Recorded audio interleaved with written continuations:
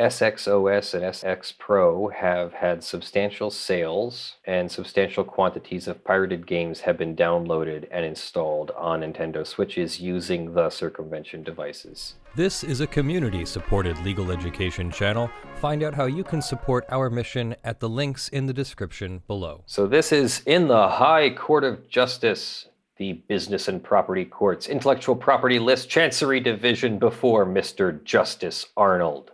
Is that like Mr. Manager? We don't say Mr. Manager. We don't say Mr. Justice. It's just Justice. Or does it mean that his name is actually, like, his real name is Justice Arnold, not, Justice Arnold, like so we call him Mr. Justice? I don't know.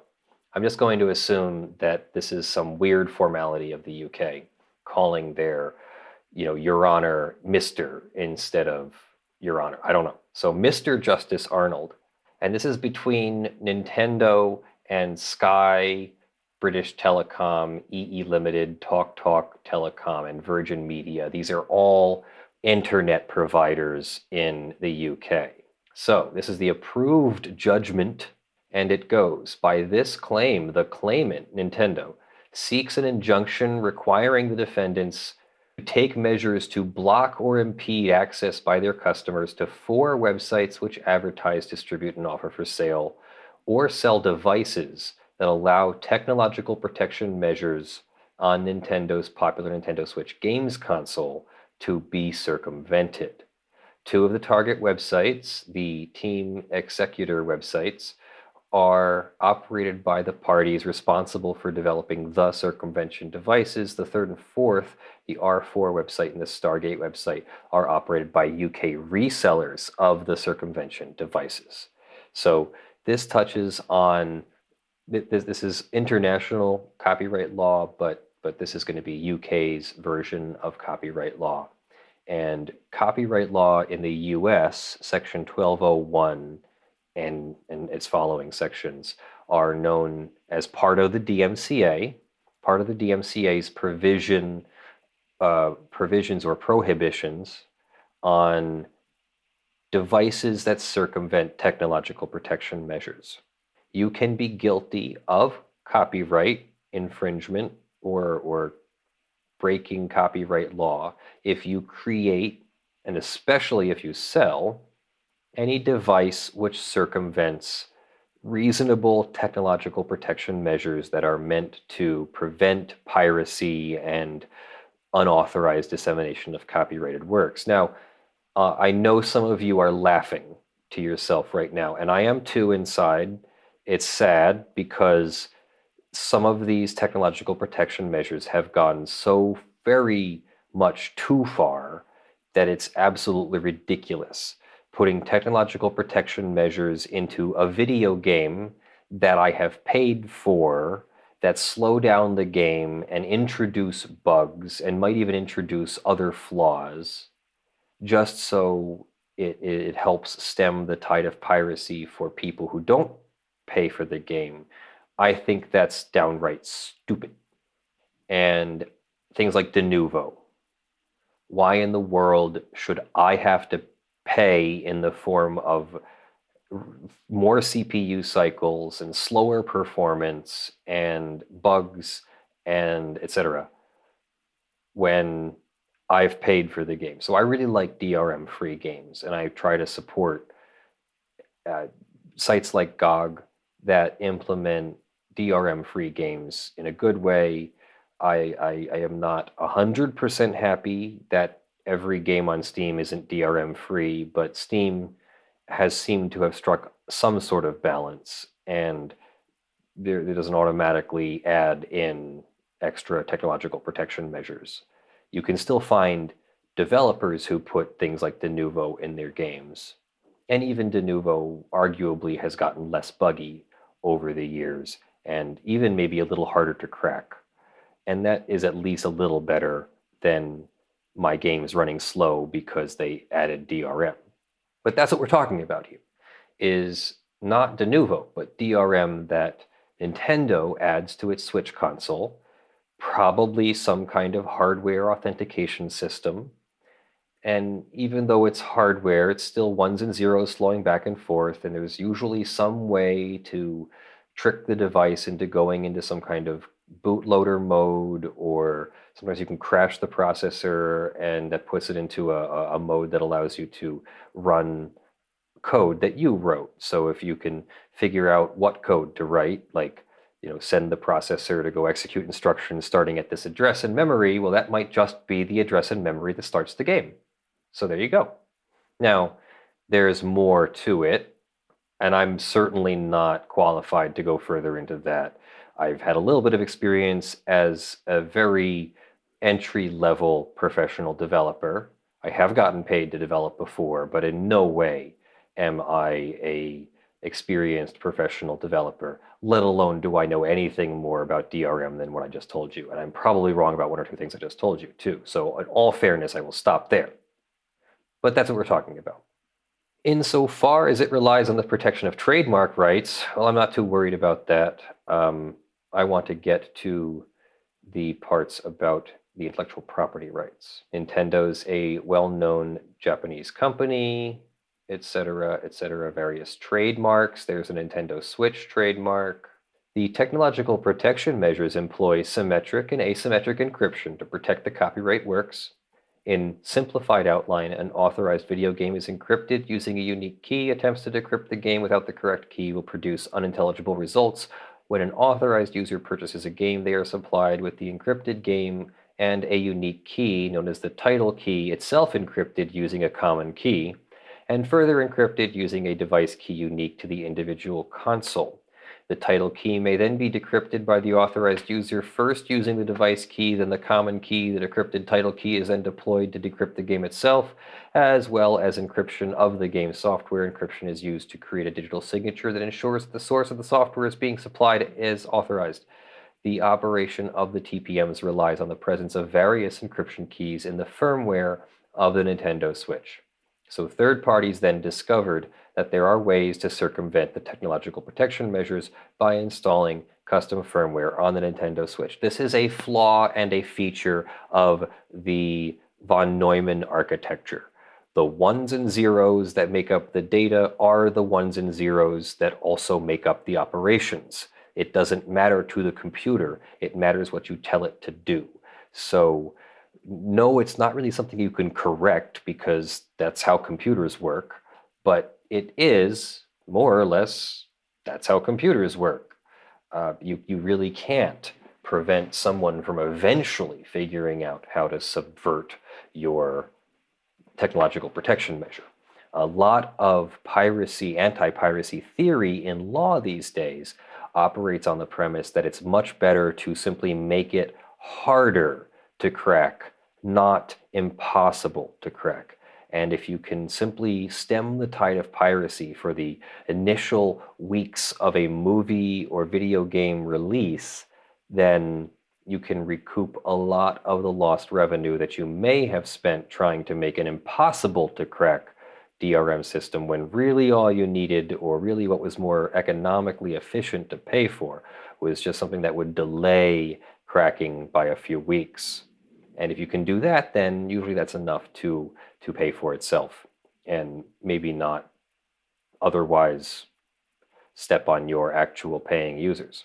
The circumvention devices consist of the SX Pro, which is a USB dongle and jig tool, together with software called SXOS. Having purchased an SX Pro, the user downloads the OS from the target website onto a blank micro SD card, inserts it into his or her Switch together with the SX Pro. The user then goes to the second of the target websites using a license key stored in the SX Pro, obtains a license for SXOS, which is then operable on the user's Nintendo Switch. Well, that's funny. Why would they need to license their own software? So they've put DRM in their anti-DRM software. So you go to the website and you're able to jailbreak or hack the Switch, etc. And they describe the websites in great detail. NCL's evidence, which is Nintendo, shows that persons located in the UK have been able to access the target website and purchase stuff. And so they go through trademark infringement. We're really not too concerned about it.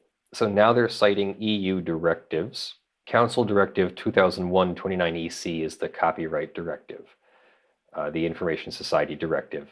We've seen that before. And 2009-24 EC is the software directive. And they say that effective technological protection measures which have been applied to a copyrighted work other than a computer program, and where a person manufactures, imports, distributes a product to circumvent said measure, then this section applies and it becomes some kind of copyright infringement. So rather than go over the individual elements of the law, we're simply going to say that those websites were found to have been creating that technological protection measure, SX Pro and SXOS. And so, yes, the court did issue said injunction. And now those websites will have to be taken down if they aren't down already. And they go over that the court has jurisdiction to grant website blocking requests under certain circumstances and with certain limits. Nintendo says the injunction is necessary to prevent or reduce substantial damage to Nintendo. The SXOS and SX Pro have had substantial sales, and substantial quantities of pirated games have been downloaded and installed on Nintendo Switches using the circumvention devices at issue here. No alternative measures are reasonably available to Nintendo, since Nintendo is unable to identify the operators of the websites. So they're not even going after the people yet. They're going after just taking the websites down. So the court does eventually agree to grant the order that will end up blocking those 4 websites. Now, does that mean that those websites didn't immediately reappear as something else? Maybe, but those proprietors are taking a real chance that Nintendo will be able to use their sites to identify them or otherwise gain information. Maybe Nintendo has already ordered SX Pro and SXOS devices and gone through this whole thing. I mean, I would if I was a defense attorney or a plaintiff's attorney. And then they have some kind of maybe where it came from with shipping information. Maybe they can go back to the shipper and say, where did you pick this up from, or where was it dropped off at? Maybe there's cameras in the office where things are dropped off. There usually are. So maybe they have a picture or something. Maybe they just need one good piece of information, and they can probably get at the people who are guilty of this thing. So if they aren't going after those people, then maybe it's in those parties' best interest not to continue to sell the thing. But there's one thing I've learned in 8 years of practicing piracy law. You're not going to stop piracy. You can maybe control it a little bit. You can influence a little bit, but you can't stop it. It's never going to stop. Piracy is, I think, a natural response to scarcity in digital goods or creative goods. I remember I was driven to piracy because I really, really, really wanted to watch Mythbusters, the original Adam Savage, Jamie Hyneman Mythbusters. And that show was on regular old Discovery Channel TV. And when I had a DVR and all that, great. But then when I didn't have a DVR and the Discovery Channel, then where do I get it? Oh, well, I'll just get it off of Netflix. Well, no, it's not on Netflix. I'll get it off of Hulu. Nope, not there. I'll get it off of Amazon. Nope, wasn't there yet. So guess where it was? It was on the Pirate Bay. So I learned all about BitTorrent and finding material and content and everything that I want. I think I learned Photoshop by grabbing a copy of Photoshop through the Pirate Bay. Now, Mr. French, you're an attorney. Why would you ever say these things out loud? Well, copyright has a 3-year statute of limitations, and that was far longer ago than 3 years. It was probably 15 years ago when I did those things. So I'm really in no danger. And unfortunately, the cat's out of the bag now, and everybody knows that, well, everybody in the law that wants to make a case out of it knows how to make a case out of it. So too late now to get in on the piracy bandwagon. If you don't know what you're doing, you might actually get sued. And when people get sued for these things in the US, it's worth thousands of dollars. Not necessarily elsewhere, but I don't know those laws in all those other countries, so don't take my statement to mean anything like legal advice or anything like that. So Sigan says that torrents are old. Yeah, Bram Cohen invented BitTorrent in 1997 or 1998, and since then there are much more secure technologies, and you all can participate in those much more secure technologies, because I don't want to be that lawyer who got sued or that lawyer who got caught. I think that would just be stupid. But there are lots of people, though, for whom torrents are brand new. And that, a sucker's born every minute is what the plaintiff is hoping for. The plaintiff is hoping that someone will not realize that using BitTorrent makes their IP address available, and if they haven't hidden their IP address adequately, then they can be found. Even if they have hidden their IP address, maybe some person, some company will figure out a way to unmask it. So it's really not a situation where you can, well, the cat's gone now, where you can just get away with it easily. So what do you think of that? 4 websites involved in the SX Pro and SXOS have been taken down in the UK. I don't think they've been taken down everywhere, just the UK. So thank you for joining us. I am Leonard French, your favorite copyright attorney. Thank you very much for your support. This is a community-supported legal education channel, and we are about to take this thing to the next level. Brandon is going full-time. We are going to register as a corporation, and then eventually, shortly here, a nonprofit. We're figuring out which country, because I'm in Luxembourg now, and I still want to live in the United States, and I still want to come back to see Kaylee in Luxembourg. So we're figuring it all out. And very shortly here, we will have some answers. So we really, really appreciate your support. And we might even do a GoFundMe at some point to see if we can build a little corporate safety fund for paying Brandon and paying writers and paying editors and taking this thing to the next level.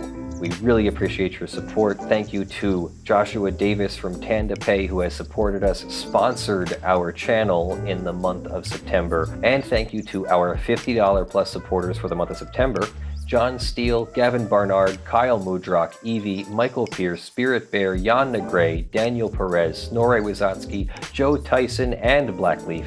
And thank you to the $5 plus supporters who will be scrolling on the screen in front of me. Have some video from our trip that Brandon will put up on the screen of the edited videos. And until then, I love you all. I'm Leonard French, your favorite copyright attorney, and I'll see you in the videos. Bye.